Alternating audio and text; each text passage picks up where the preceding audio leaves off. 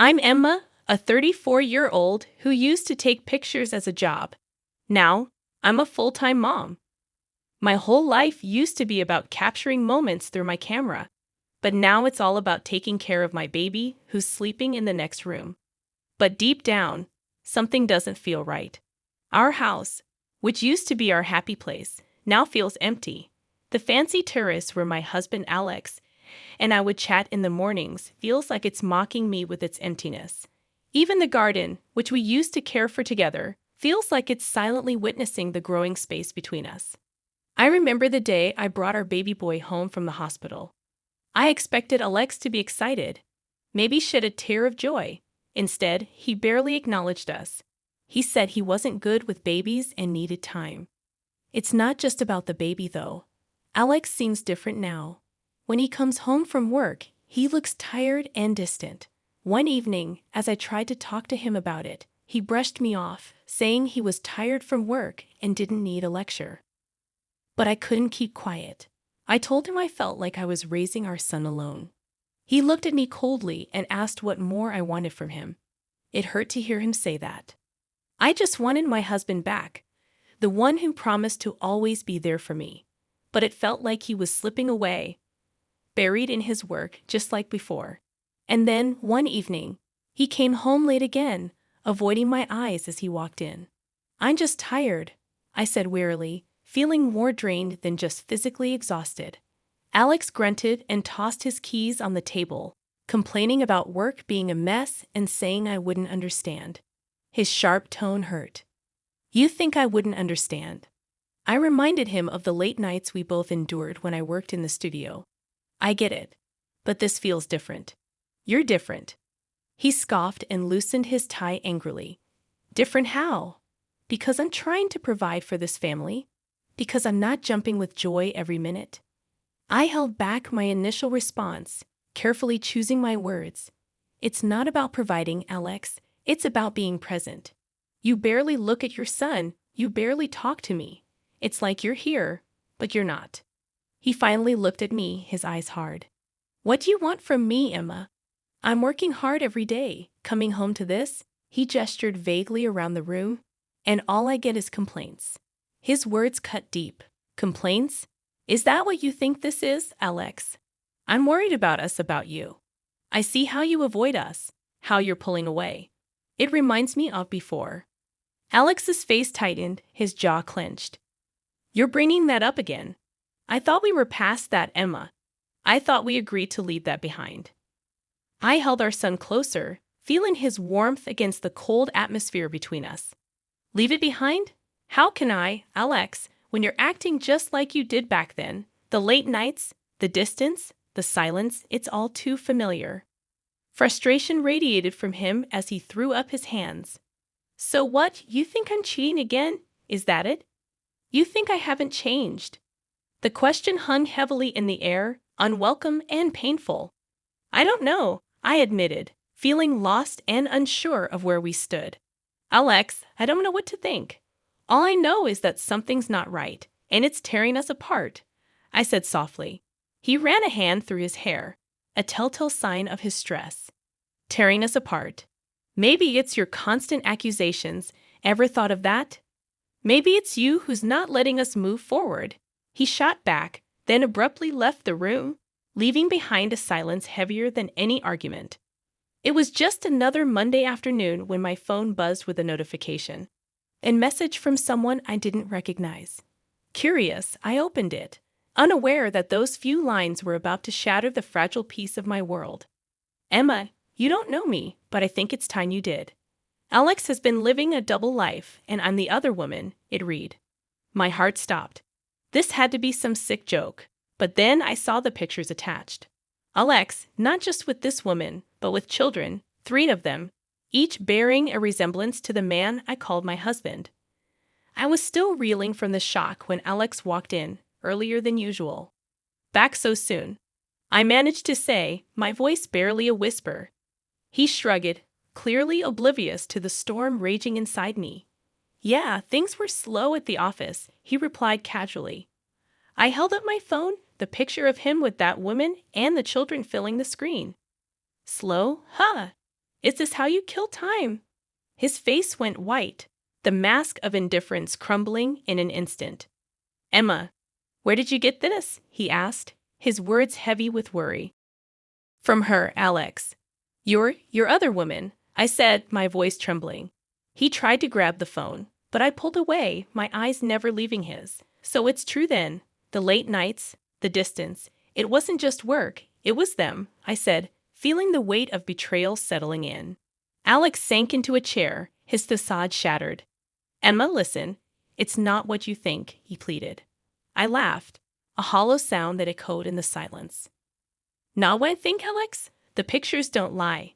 You have a whole other family. How long have you been lying to me? I asked, my voice breaking. He buried his face in his hands, a defeated figure. A few years. It started small. I didn't mean for it to go this far, he confessed.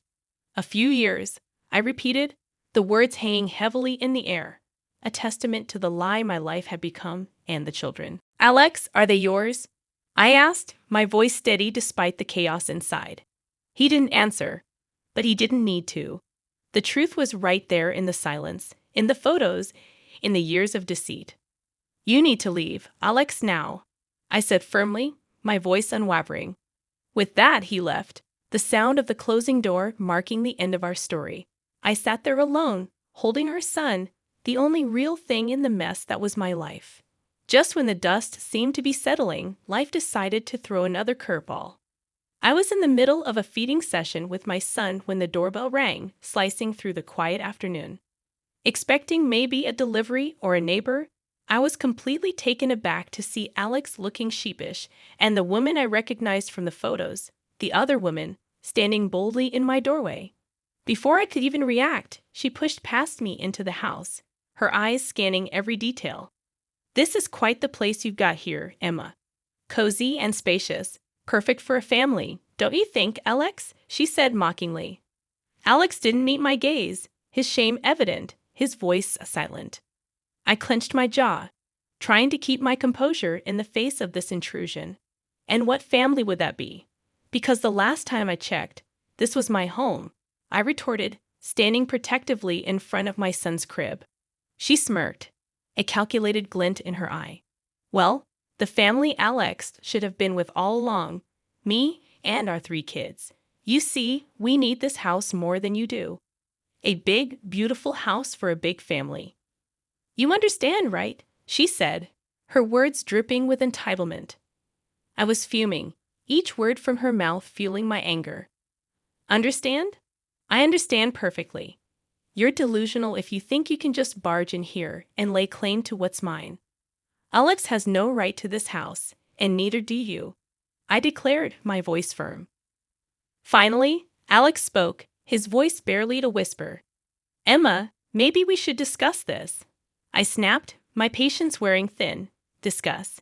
You think after everything we're just going to sit down and have a chat about you handing over my house to your mistress and your other children. The woman paced around, her eyes scanning the room. Look, Emma, it's simple. You've got 1 kid, a small apartment will do. We've got 3, we need the space. It's only fair, she said, her tone condescending. Fair, I repeated incredulously. There's nothing fair about betrayal, about lies, about breaking a family. You have no idea what fair is, I said, my voice trembling with anger and hurt. She turned to Alex, seeking affirmation. Tell her, Alex. Tell her we'll be moving in. She's got a week to clear out. Alex avoided my gaze, his shoulders slumping in defeat. The standoff was tense, the air thick with unsaid words and unspoken threats. But as they left, the woman throwing a spiteful glance over her shoulder and Alex not even daring to look back, I knew that this was far from over. After the door slammed shut behind them, I was left standing in the silence of my home, my mind racing. The nerve of them coming into my house, threatening to take everything I held dear. But as the initial shock subsided, a plan began to form. It was time to reveal the truth, time to claim what was rightfully mine. The doorbell rang, its chime echoing like the start of a showdown. There they stood, Alex looking more defeated than ever, and his mistress, her arrogance undiminished. Time's up, Emma. We're here to move in. Did you pack your stuff? She demanded, her eyes gleaming with triumph. I stood in the doorway, my stance firm. Actually, I didn't pack, and you're not moving in. This house is mine, and I have the documents to prove it, I declared. The woman's face faltered, confusion mixing with her anger. What are you talking about? This is Alex's house, too. We have rights, she argued. I couldn't help but smirk, the tables finally turning.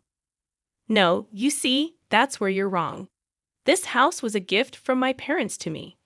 Alex's name isn't on any of the documents. He has no claim over this property, I explained. Alex shifted uncomfortably, avoiding my gaze. Emma, I thought we could work something out, he muttered, but I wasn't having it. Work something out after you cheated, lied, and then tried to kick me and your son out of our home. I don't think so, I retorted. The mistress interjected, her voice shrill with panic. This can't be happening. You're lying, Alex. Tell her she's lying. But Alex remained silent, his head hung low, the truth of the situation finally dawning on him. It's not a lie, I said firmly. This house is mine, and you have no legal right to be here.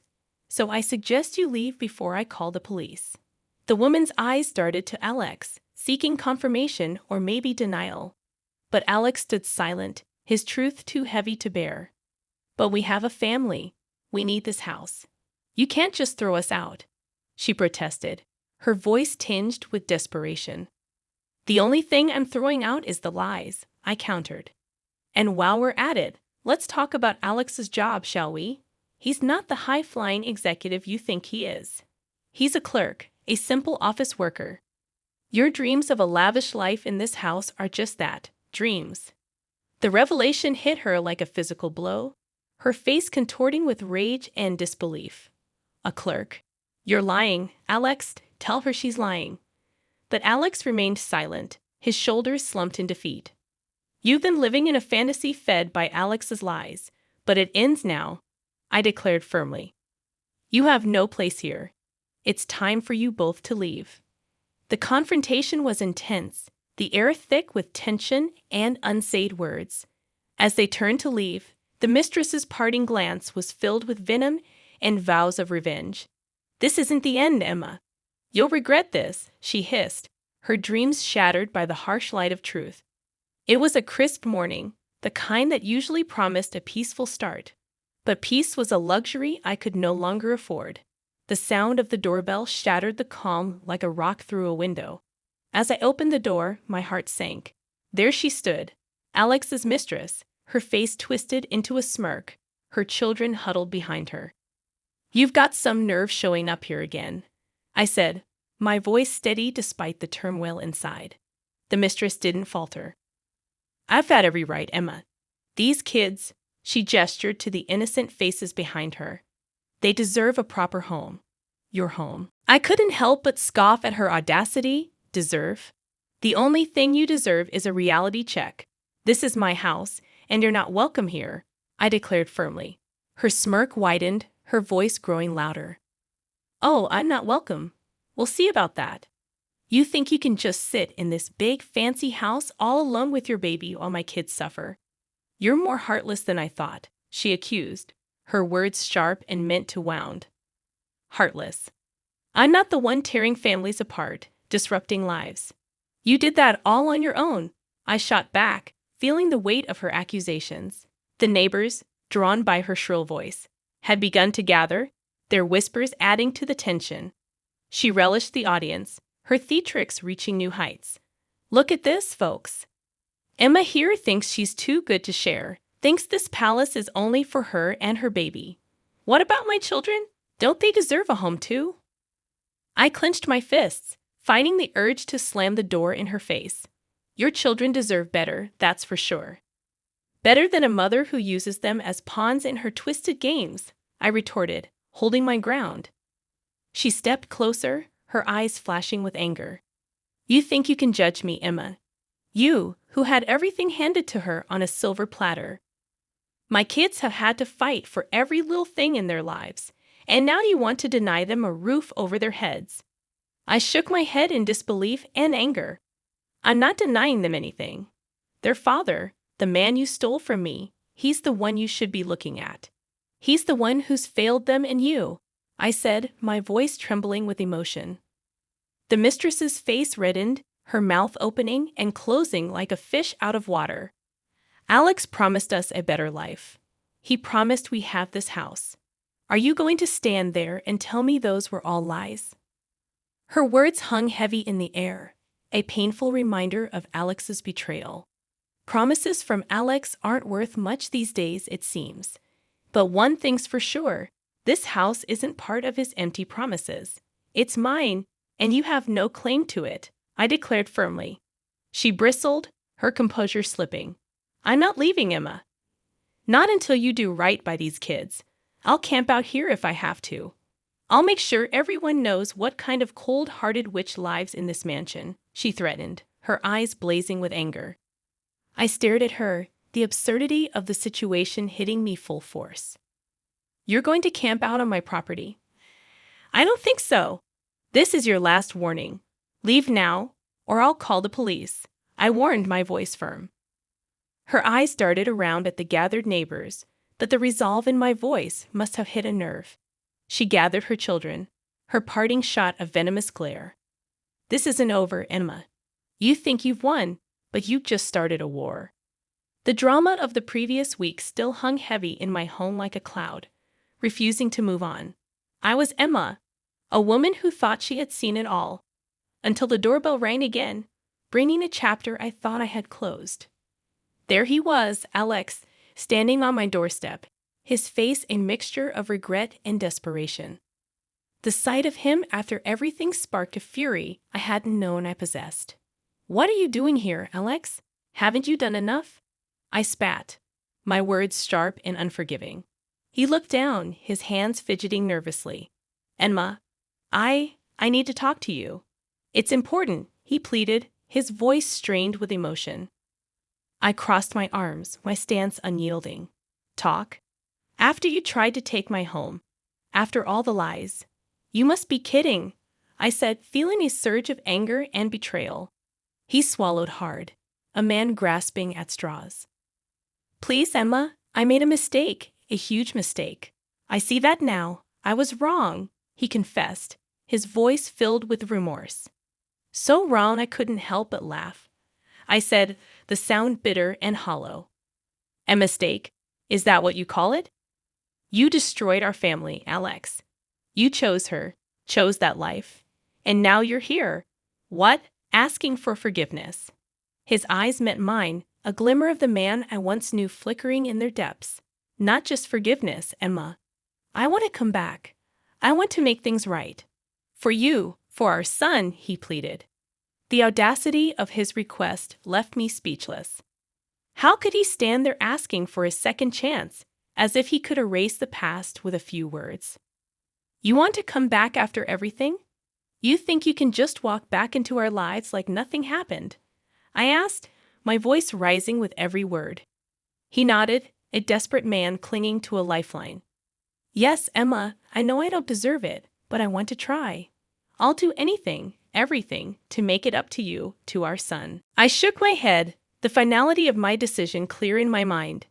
It's too late, Alex. You made your choice, and now you have to live with it. We are moving on without you. His shoulders slumped, defeat etched into every line of his face. Emma, please don't do this. Think of our son. He needs his father. I felt a pain in my heart for the life we could have had, for the family that was broken beyond repair. He needs his father, and where were you? With her, with them. You're not the man we need, Alex. It's time you realized that. He stood there for a moment longer, a man lost in the ruins of his own making. Then, without another word, he turned and walked away, his figure disappearing into the night. The final pieces of my old life had fallen away, leaving space for something new, something mine. The divorce papers were signed, and Alex was now just a person from my past, a shadow that no longer darkened my door. He was ordered to pay alimony for our son, a small justice in the grand scheme of things. Sitting in my quiet living room, I reflected on the tumultuous journey. The phone buzzed, breaking the silence. It was Lisa, her voice carrying the latest gossip. "Hey Emma, you won't believe this. Alex and his mistress are crammed into a tiny apartment. Word is, they do nothing but fight day in and day out." I couldn't help but feel a twinge of vindication. "Well, can't say I'm surprised. You reap what you sow, right?" I chuckled. "True that. How are you holding up, though? All this must be tough." Lisa asked, her concern genuine. "It's been a ride, Lisa, but I'm getting there. Each day feels a bit lighter, a bit more mine," I replied. "You're the strongest person I know, Emma. And hey, if you need anything, I'm just a call away, all right?" Her words were a balm, soothing the lingering sting of the past. "Thanks, I really appreciate it." The conversation drifted to lighter topics, a welcome change. After hanging up, I gazed around the room. This was my space, my sanctuary. The battles fought within these walls had left scars, but they were healing, turning into stories of strength and resilience. I picked up my camera, an old friend I had neglected. The weight of it in my hands felt right. I snapped a few pictures of the room, of my son's toys, of the life that was slowly piecing itself back together. Each click of the shutter was a declaration, a statement that while the past was a part of me, it didn't define me. As I put my son to bed that night, his tiny hand clutching my finger, I whispered promises of a future bright and unburdened. Outside, the stars twinkled, a vast canvas of possibilities stretching out before us. Alex and his mistress were just a chapter closed, a lesson learned. Our story, the one that truly mattered, was just beginning. And it was going to be a beautiful one.